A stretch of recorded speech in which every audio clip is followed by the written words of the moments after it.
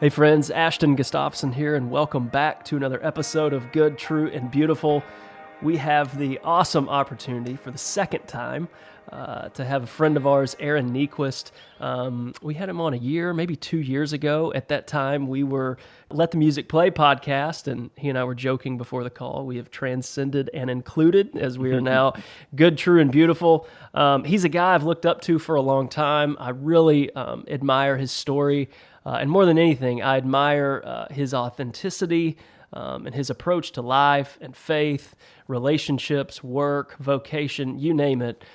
He's really been a guy that has been a great beacon of light for me, and super grateful to have him on today. He's got a new book that just came out called The Eternal Current, which we briefly talked about. He was writing it at the time when we last spoke, but he's been kind enough to join us today.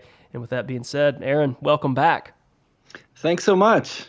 Thanks for those kind words. Yeah, man. Well, it means a lot. You bet.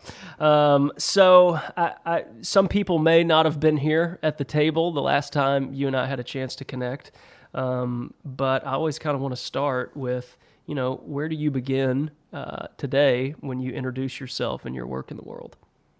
Oh, wow. So way back at the beginning, back in the mid-'70s, No, I think, especially when we're talking about whether it's the book or just this journey that I've been on, I usually start by saying I grew up in a Christian family, going to church, 100 times a week, immersed in the whole thing. Great family, great church. Went to Christian college, got a job at a Christian church as a worship leader, and my faith imploded. And so there I was in my early 20s, leading worship at this big church, leading songs I no longer believed. And so that just kind of propelled me through, not choice, but through crisis onto this whole new journey. And it's been painful, it's been wonderful, it's been everywhere and everything in between, but it has really changed everything. Wow. So to give us a little bit of timeline here, approximately how long ago, because I want people to know kind of how far you've been into this almost journey of rediscovery, or maybe just discovery. But when did you just say time out? I've been in the game. And this is not doing what it's supposed to do. I know a lot of rules. I know a lot of beliefs. I know a lot of things, but I'm experiencing zero transformation. Oh, I had all the answers. I knew all the verses. I knew all the answers to every question, but it didn't work anymore. It didn't actually matter in my life. Does that you relate with that? No, that's it. Yep. Yeah, I was about 2 or 3 years out of college, and I graduated from college about 200 years ago. But no, actually, exactly 20 years ago. In 98, I graduated. So this falling apart was probably 17 years ago, something like that. And the crisis was probably a full year, which I'm sorry to say. I wish it was like one day I didn't believe something, then the next morning I was like, oh, it's all fixed. Right. But that is not how these things work, unfortunately. And so it was a very dark season. But eventually it did break forth into something I never would have, I didn't see coming. Yeah. So I think this is a great point for probably some of our listeners that we've all hit that point of commercial religion, if you will. Oh, yeah. Yep. And I would love to hear the moment hits where you're going, time out. I'm not seeing the fruits of the Spirit in these people that proclaim what this is. I'm not seeing it in myself, by the way. Right. Who were those people? What were those moments? What were some of maybe the voices that you discovered, some books, where when this moment hits, because I think the biggest thing that you've done compared to a lot of people is you didn't just say, I'm out. You paused and you went deeper. You went into the mix and you found that which was always there. Yeah. Wow. That is well said. And again, you it could be easy. It could sound 17 years later like a very neat process where I Linear, decided to. the dots. Yeah, totally. It was crisis. It was Christianity was. I think I say in the book, it was the wallpaper on every room of my house. Like it was just what I had been immersed in for the first 17 years of life, or first 20, 21 or 22 years. Okay. So, I mean, the turning point, if we're ready to talk about the turning point in a conversation, was one of my friends who wasn't trying to answer my questions because I didn't want those people around, but was walking with me in it. He shared a lot of these questions. And I remember one day he said, "Hey, have you ever heard of the book, The Divine Conspiracy by Dallas Willard?" Yeah. And I said, "No." He gave it to me. I started reading it. And I remember where I was sitting when I read about, for the first time, Jesus teaching about the kingdom of God. Mm-hmm. And Ashton, I had been a Christian for 20-something years, and I'd never heard a message about the thing that Jesus did the most teaching about. Wow. How is that possible? How is that possible? Yeah. But at first I was frustrated, but then it kind of melted, and I realized like this whole idea that I had grown up with, where Christianity was about believing 4 or 5 facts, saying a prayer about it, and then waiting for heaven. I suddenly realized the invitation of Christ is to join God in what God is doing to redeem and restore all things. And that begins today. That's right. That begins in our conversation right now. And then it continues in how I engage my wife as we talk about our plans tonight. And then we get to participate. And I just remember I was sitting on the floor at this little place, looking out the window, reading this book. And I remember putting the book down. And I was not a crier, especially at that time. I mean, I cried like once a year max. But I remember getting tears in my eyes, thinking like, wait, if this is the invitation, I'm in. Yeah. I am in. Yeah. And you, like the first part of the book, over and over, I think one of the words you just come back to all the time is invitation. Oh, I know. Yeah. Versus belief system. Yeah, versus code of conduct. Versus there's the ins and the outs, the rights and the wrongs, the good and the bad. Right. Talk to me about this invitation, because this to me is such a game changer. Maybe experience changer is the better word to use for those of us that are like, no, this isn't a box you check. This isn't a simple prayer that you pray. This is an invitation that is here now among us at hand. Yes. Well, if I could quote Dallas Willard again, he said I think in a different book, he said, Jesus's teachings are not arbitrary commands that we are to follow, but they are simple observations about how reality actually works. Yeah, love it. I mean, it's just, that is such a game changer. So, when we talk about, don't slander your neighbor, it's not, well, I better not slander my neighbor or God will punish me for being a sinner. Mm-hmm. It's like God pleading with us. Mm-hmm. Don't wreck your relationships. Let me teach you a better way. This is funny, but last week, I got into a conversation about this with my 11-year-old. And he was actually asking, Dad, what's your book about? I was trying to figure out, how do I talk about this? But I brought this idea up, and I just said, buddy, like, remember when you were 3 and we made a hard and fast rule, you cannot cross the street. Do not run out in the street. Was that because we decided on some rule that we would punish you? No, we were trying to save your life. Yep. And that's that is the invitation of Christ. Like, do you want to live a life that is truly life? Yeah. I mean, talk about liberation. Just understand a guy that shows up and introduces himself as the way and the truth. And then someone goes, but he's just showing you how reality works. Yes. That's exactly right. I remember I read the same paragraph, and you're like, this would have been really useful 20 years ago. Absolutely, I know. It And just flips everything on its head. And yeah, suddenly you don't like give in to God because otherwise, well, God's the strongest, yeah, so he's yeah, going to win in the end, so I yeah, might as well. No, no, no. You get to align with God. yeah. It's the way we were made to be. So, Co-creators. yeah, yeah, that's right. One of the ideas, and I was walking my wife through this because I think in some circles, probably a circle that you're super involved in, the whole third way conversation has Yeah, become yeah, very popular in the last sure. 24 months. But Yep. I loved you writing about the claustrophobic pain of not being able to identify a third way. So where Right. you were like, well, wait a minute, it's either this or it's that. Hold my hand on understanding that, because I think that's a great Yeah, that's if you don't have that verbiage or that vernacular, you may be right. missing a very significant part of what you were getting at in the book.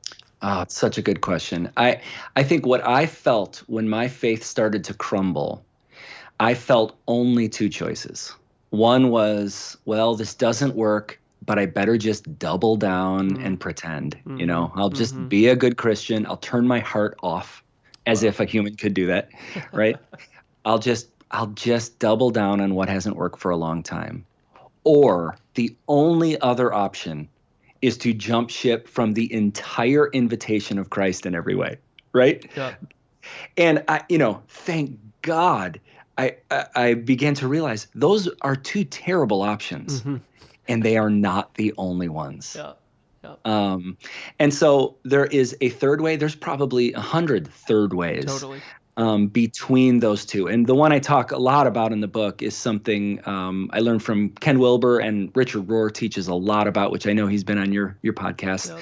Yep. This idea of include and transcend. Yep. Yep. Yeah. Yeah, I love that, and I think that's there are. I love how you say there's multiple third ways. Yeah. Yeah. That you've got a little bit of ownership in this as you cultivate a relationship with the divine.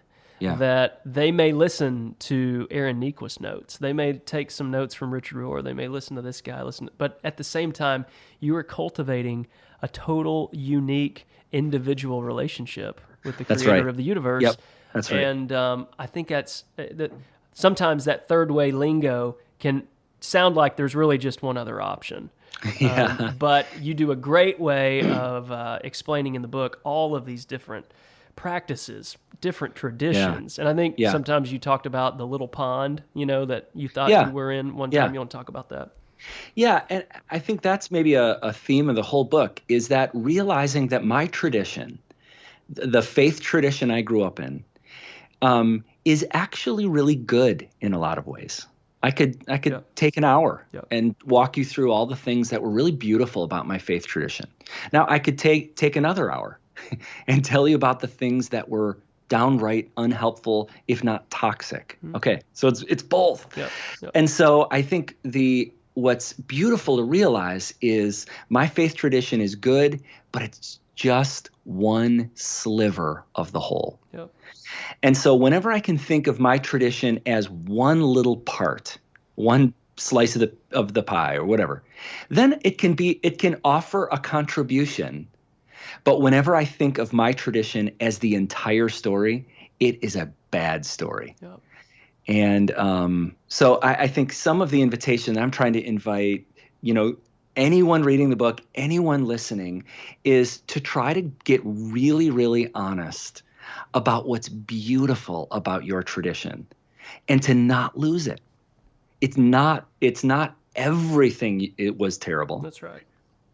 But to bring some of that goodness into a new future. You can't stay there, but you dare not lose everything. I think I say in the book, when you move from step 3 to step 4 in a journey, thinking really linearly, when you move from step 3 to step 4, the easiest thing to do is say, step 3 sucks. Right. It's stupid. Yeah. Everybody who thinks step 3 is like, but the reality is you can't get to step 4 That's without right. step 3. Thank God for step 3. Yeah. Now, you can't stay there. That's right. So That's right. you've got to move on, but bring the goodness of step 3 into a bigger and more spacious step 4. And this is a huge point that I would love for us to chat through is, Yeah. as you are taking these steps And I've kind of conversation where I've kind of landed with a lot of people is like, hey, I know you're taking the right steps when we all have a sense of the fruits of the Spirit in your life. Like that probably tells me you're on the right path. Yes. I don't want to argue doctrine, Yep, but if if there's more love and peace and patience and kindness, I'm pretty sure that's the right path. But here's the deal. As you look back, or as you interact with people that are maybe at step 1 or 2 or 3, this should give you eyes of compassion and empathy. Oh, isn't that good? Because I was there too. Yeah. I've been there where everyone's either right or wrong, in or out, good or bad. Yep. Absolutely. And I think you've even taken this another step further where you've opened dialogues with other religions, which I think is a beautiful thing for you to go, I was in Chicago and we didn't even know who some of these neighbors were. Yeah. And talk through that a little bit. Oh, yeah. I mean, I had, I went on a trip to the Middle East to Israel and Palestine, where it was a dual narrative trip. We were hearing from peacemakers on both sides who are all pursuing peace and reconciliation. And I remember it was such a moving experience, but I got home and I realized, I just spent 10 days in the Middle East. I don't know a single Muslim in my hometown. Yep. It's just me and my Christian, insular circle. And so it was kind of crazy. I was a little nervous. I didn't know. Sure. I called up the local mosque and I just said, hey, my name's Aaron. I am an evangelical. I work at a church and I have no Muslim friends. Could I come hang with somebody? And they were wonderful. Yeah. And do we agree on everything? Of course not. Yeah. Do we agree on some things? Absolutely. Yep. And there was some deep resonance, especially when we talked about our families and our desires for the world. And it was a really beautiful experience. Yeah. So what I'm not advocating for is some sort of mushy relativism. Everything's the same and everybody is equally, that is not what I'm talking about. I'm talking about holy humility. Right? Like listening to other sisters and brothers who have been made in God's image. And through humility, through discernment, saying, God, what part of this is for me? And what part of this is not for me? And that is way more an art than a science. But it's a beautiful journey. That's a good word. You write about we become what we love. Yes. Talk that over with me.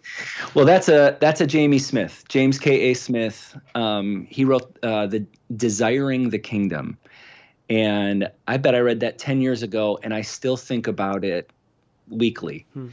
And his whole idea, he was talking from an academic standpoint, is, universities believed for many years that if we can fill students' brains with enough right information, it will change their lives. Yeah.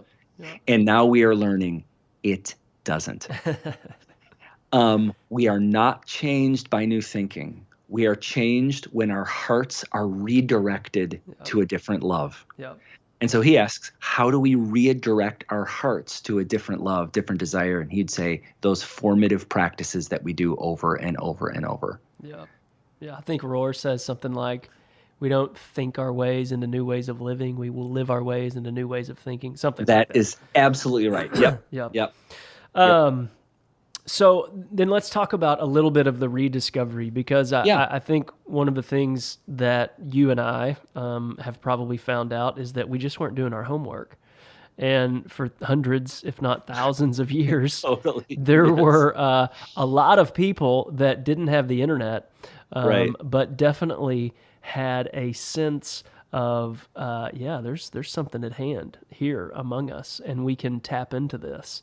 And so as you started to discover some of the liturgical practices, some of these prayer practices, prayer of examen, Lectio Divina, what of those were like kind of these new discoveries that you were like, what on earth? And then what of those isn't really new anymore, but has truly become something consistent in your life? Sure. Great question.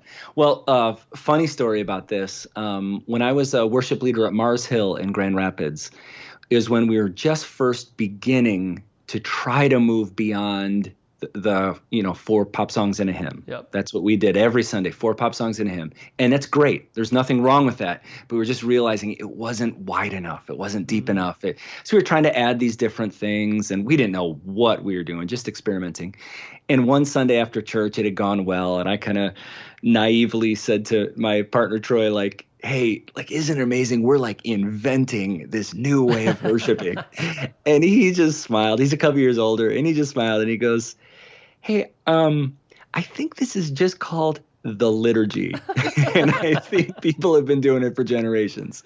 And he was so right. I mean, there's nothing. We're inventing nothing. This is all has been with us, but we've lost it.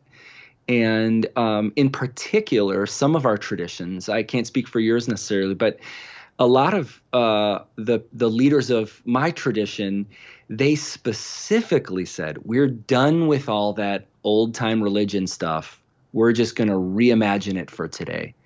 And there was a really good energy in that, but they lost so much. And so here we are, 30, 40 years later, rootless. We're all fired up. Our hearts are excited, but we have our roots are gone. And so some of this journey for me has just been kind of accidentally realizing, like, well, what have Christians been doing when they gather for not just 5 years, but for 500 years? And so we started noticing there was these different corporate practices. Like, they would always do a confession of sin, corporate confession, and then they'd always receive an assurance of God's grace and forgiveness. That's good. Well, we never did either of those, but we said, obviously, there's some collective wisdom. And so at the practice, our community that we were a part of the last 5 years, we started saying, all right, every Sunday we're going to do a confession and an assurance. And it was totally transformative. And for us, it was this novel idea. And I think for most other Christians, they're like, welcome. Like, it's beautiful. I'm glad you could join us. The water's us. Warm. We've been here a while. That's right. That's right. And so it started kind of communally in church services because, my job was worship leader. But like you asked, it started to expand to these personal practices too. So, you mentioned, Lectio Divina, a way to engage the scriptures that's not just analytical, but approaches the scriptures and says, God, what do you want to say to me through this text? Well, that posture is fundamentally different than what can I figure out from this text. Both have their place. Study is really important, but so just all these different practices. I would say probably personally, the number one practice that has found a deep, deep place is the examine. And that's something 5 years ago was I'd never even heard about it. And I bet I pray some form of it almost every day at this point. If I don't tell my spiritual director, probably not every day, but almost every day, it's just got in my bones, and it's been so helpful. Now, didn't you do kind of a project that was like a musical kind of thing that you had online that was prayer and examine or something like that? Tell us about that. My spiritual director, he's a Jesuit priest, and he had been teaching me the examine, and it was just so, in 30 seconds, for those who don't know what the examine is, it's a simple way to take 15 minutes every day to look back and notice God's fingerprints in that day. So it's a very simple way to look back prayerfully and just notice what God was doing. So he had been teaching me that, and it was so helpful. So I invited him to the practice, which I was nervous, like, what happens, it's like a joke. A Jesuit priest walks into an evangelical church, and but it was just this beautiful experience. And so we took the recording of him guiding us through the examine and brought it into the studio and added some music and a couple songs. And the whole idea is, here's a resource that you can use, wherever you are, where you're driving in your car, when you're going on a run, whatever it is. And it's been pretty helpful. If people want to access that, is there somewhere they can go online and find it? Yeah, we have 6 different liturgies. That's one of them. That's the most recent one.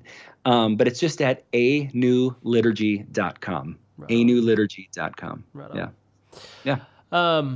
So really, I think if I was going to kind of say what I gathered most from your experience and then your reflections in this book is that your discovery of these beautiful practices really gave you new eyes. It's like it woke you up to the reality of the presence of God at our hands, not a future place we go, but that is here at hand and among us.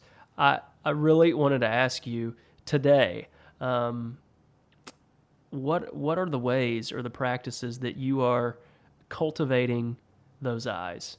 Because I think that the moment we have kingdom eyes is the moment where literally it's not just one bush that's on fire. The whole every bush is on fire. That's right. That's right. And that's so right. I think that it's this is so essential to not separate this thing out where the divine could be located there but not here, that every moment is oozing with holiness. How are you today, 2 young boys, a wife, career, speaking, travel, how are you cultivating those practices? Oh, that's such a good question. I would say there's 2 main ways, just real right now. One is more kind of a traditional practice, and one is just something that I really need. The traditional practice is I have to not find, you can never find. I have to create moments of silence. Yep. And they don't have to be like an hour long. I mean, I would die if I sat for an hour silently. But we are so addicted to words. And even in my prayers, I notice that, I do a lot of journaling too, and that's really helpful. But at a certain point, my journal remains in my control. And so there is something about even, when I'm in a good rhythm of centering prayer, it's 20 minutes. Just between you and me, I'm not in that good rhythm right now.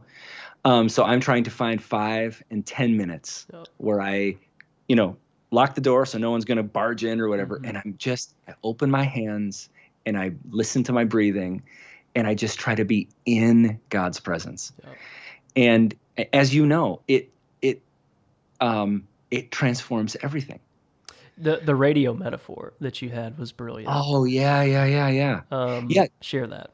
Well, very simply, right now, there are hundreds, if not at least dozens, of specific radio frequencies bouncing through my body and my ears, and same with yours.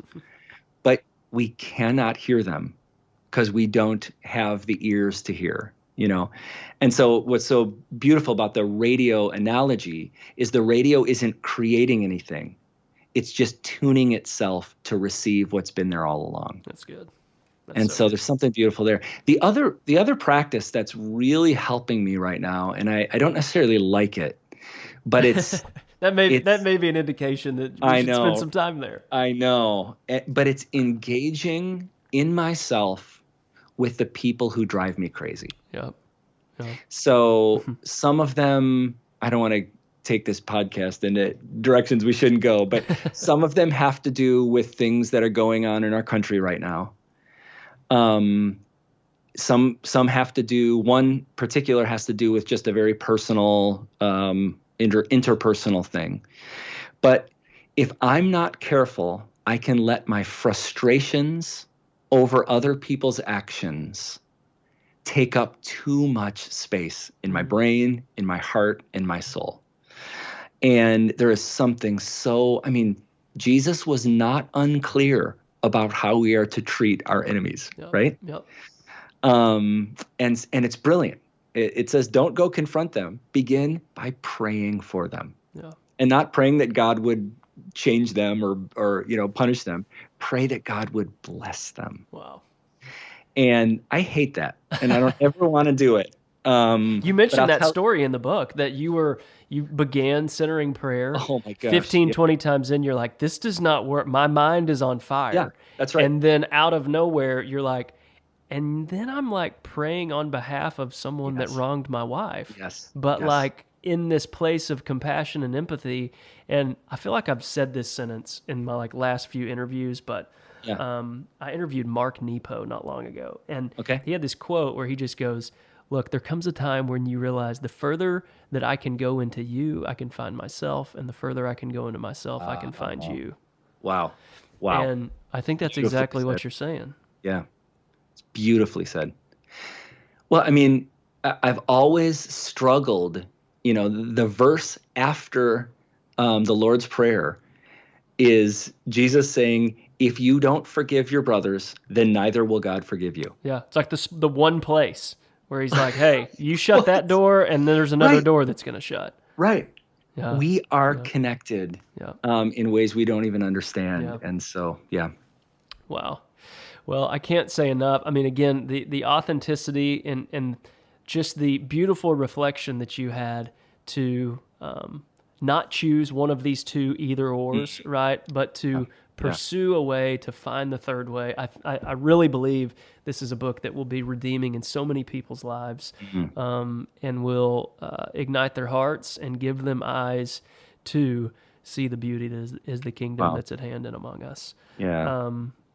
Who would you invite to read this book? I feel like you always. I haven't written a book, but if I did, I would always picture the people that are reading it. I think very simply, it's people who have not given up on the way of Christ, but just can't find their way in Christianity as it has been experienced. Right on. People who know there's more, who know there has to be more, and are seeking after it. And I think what's beautiful is there is so much more for all of us. And I hope this book is just like I've been joking. It's like, I hope it's a gateway drug. Like it's just an invitation to a lot of things that then you can discover and go really deep in the ones that resonate. Yeah. There's something to be said about when you start uncovering some of the mystics and some of these people that have been having this conversation for 2,000 years. They just start braiding themselves together. And oh my gosh, St. Ignatius there, Father Richard Rohr here, Thomas Merton there. It's such a rush. I think I get a new book every day in from Amazon on something. Well, what's keeping you curious now? Because you're no longer kind of doing the worship thing. How are you taking this work out into the world? Yeah. Well, this fall, especially, doing a ton of travel, and I'm really excited about it. I get to do some teaching and sharing, and that's a little bit on the newer side for me. Yeah. But the stuff that brings so much joy is when I get to create experiences for us to not just hear about it, but to taste and see. These different practices, and I find so much joy in that. So I'm enjoying meeting new people and jumping into the waters with them. Awesome. Well, for those that maybe want to follow you and your work, where's the best place you would send them to kind of find out everything you're doing and get a copy of this book? Well, my website is just my name, AaronNiequist.com. 2 N's, AaronNiequist.com. And that has a new liturgy there, that has book stuff, that has some of the travels and all that. And obviously on Twitter and Facebook and all that business. Beautiful. Well, hey, man, on behalf of all of us, we are super grateful for your good and necessary work. And keep doing what you're doing. We need as many people out there helping us clear these eyes up, if you know what I'm saying. Yeah, absolutely. All right. Thank you. Cheers, man. We'll talk soon. Hey, before you go, don't forget to hit subscribe right there on your phone. That's probably where you're listening. And if you enjoyed this, would you mind leaving us a review? One of the things that we're wanting to do is get this information out to as many people as we can. And we are finding that when people leave good, true, and beautiful reviews, that helps us get this information out more and more to people all across the world. I do not take it lightly that you invite me to ride shotgun with you in your car, You allow these conversations to be a part of your jogs. You allow these conversations to be a part of the communities and families and businesses that you've been entrusted. I do not take that lightly at all, and I am thrilled that you have joined us here at this table, at this conversation. There's always a seat left. There's always room for more, and we are just so grateful for you guys joining us here at Good, True, and Beautiful. And as you approach this week, may you pause by the orchid, listen to the bluebirds sing, and be love.